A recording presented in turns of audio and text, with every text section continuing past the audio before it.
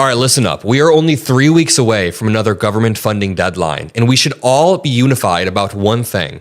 Democrats need to use every bit of leverage that they have available to stop Donald Trump's authoritarian takeover, or at the very least, use the leverage to slow them down and to put up a fight.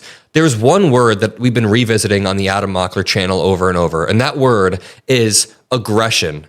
I don't mean in a harsh way. I don't mean punching down on people, but I mean aggressively standing up for the democratic values that America is supposed to stand for. Not only equality and equity, but standing up for the people who can't stand up for themselves.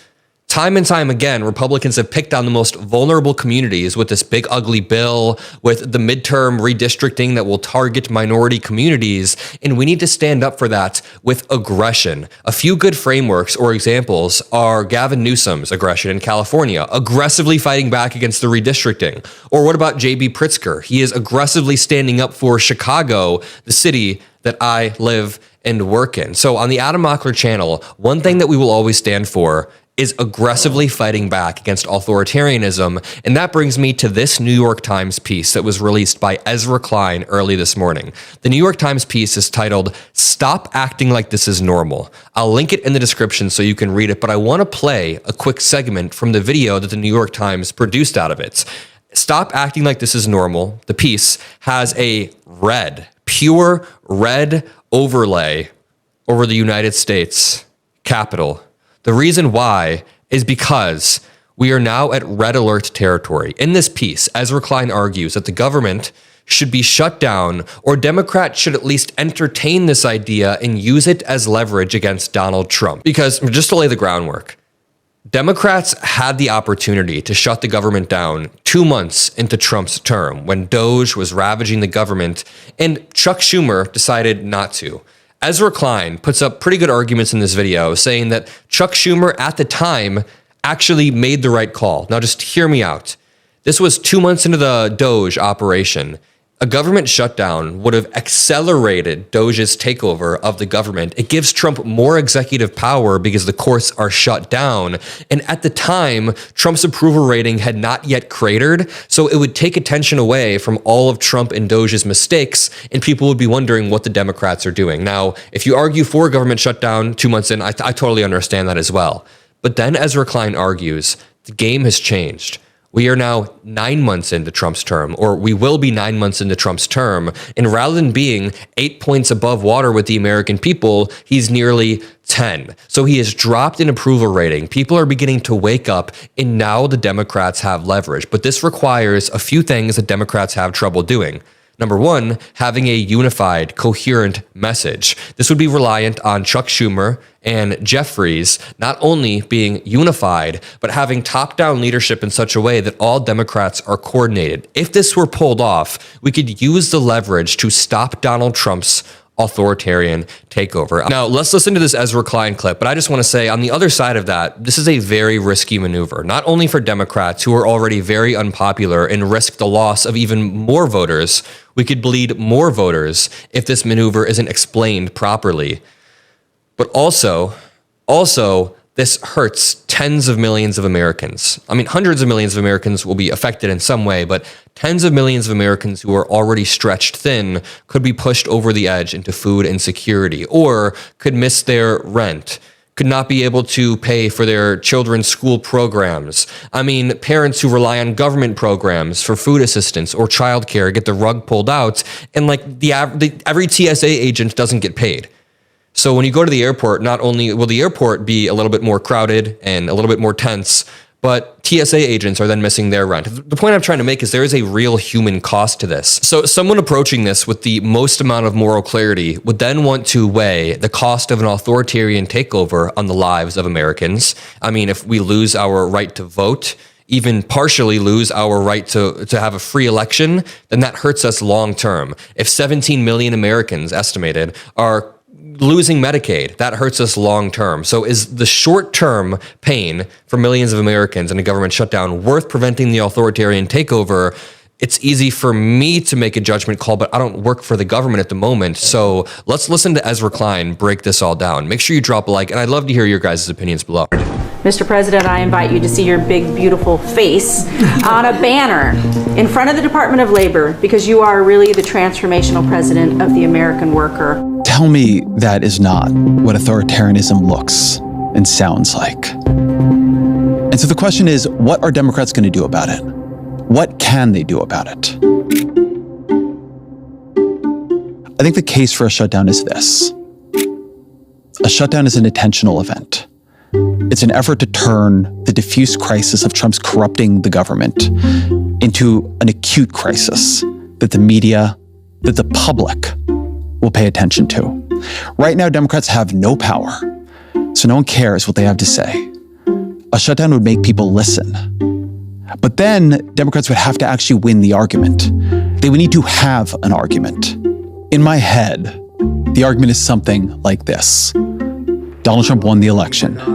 He is the legitimate president. His government should be funded so long as it is acting the way the government is supposed to, serving the people, being held accountable. But there are red lines that cannot be crossed. ICE can conduct legitimate deportations, but it can't be masked men roaming the streets, refusing to identify themselves or their authority. Remember your right to remain silent. The Trump family cannot be hoovering in money and investments from the countries that depend on us and fear our power and our sanctions. There have to be inspectors general and JAGs and career prosecutors watching to make sure the government is being run on behalf of the people rather than on behalf of the Trump family. Democrats would have to pick a small set of policies that represent the larger set of problems and stick to them. They'd have to choose those policies wisely. They would have to hold the line even when it got tough. And right now, Democrats have not picked those policies. They've not settled on that message. Right now, they are no more prepared for a shutdown than they were in March. There's an ongoing debate inside the party on whether they should talk about Trump's corruption and authoritarianism at all, or instead just say that armed troops in DC are a distraction from the price of groceries and healthcare. And look, the reality is that Democrats' best issue is healthcare.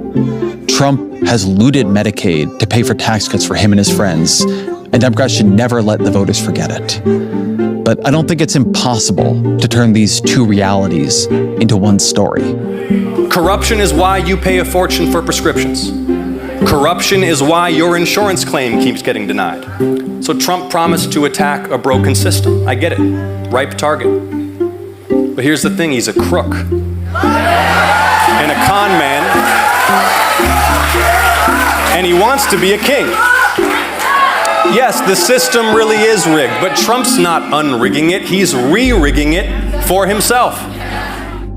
I think that argument works. But I am, to be clear, on the side of this debate that says Democrats cannot pretend this is a normal Republican administration and a normal political moment.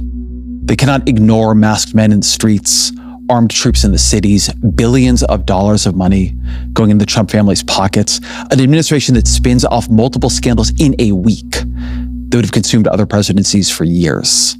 If Democrats cannot make an issue out of all that, then they're screwed, and so are we. And you know what? We might be.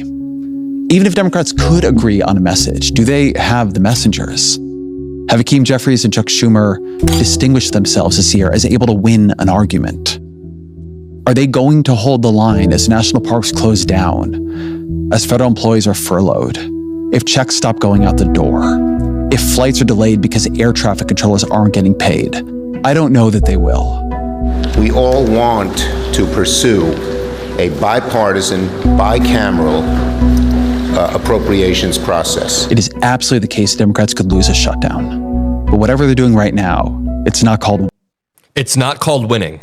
And here's the thing. I am on the side that Democrats need to be less risk averse and take risks. I think that if we can unify and if we can make the argument properly, then we can win this battle, but it's going to take a lot of effort. As Ezra Klein points out, he makes a lot of good points here. So I'm going to link the original piece if you want to go read it or share it around. It'll be in the description below. But he makes a lot of good points regarding us focusing on healthcare.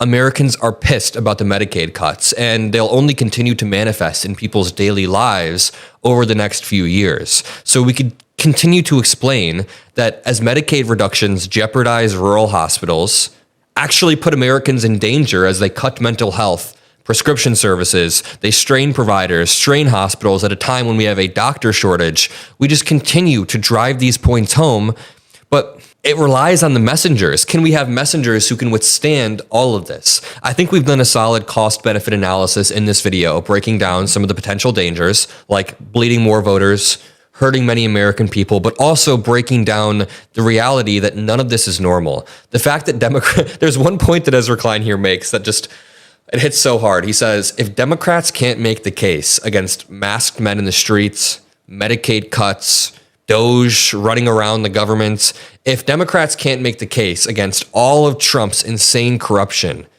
if we can't effectively explain this, then maybe we do deserve to lose. Maybe we are just screwed at that point because, man, we need better fighters in the Democratic Party.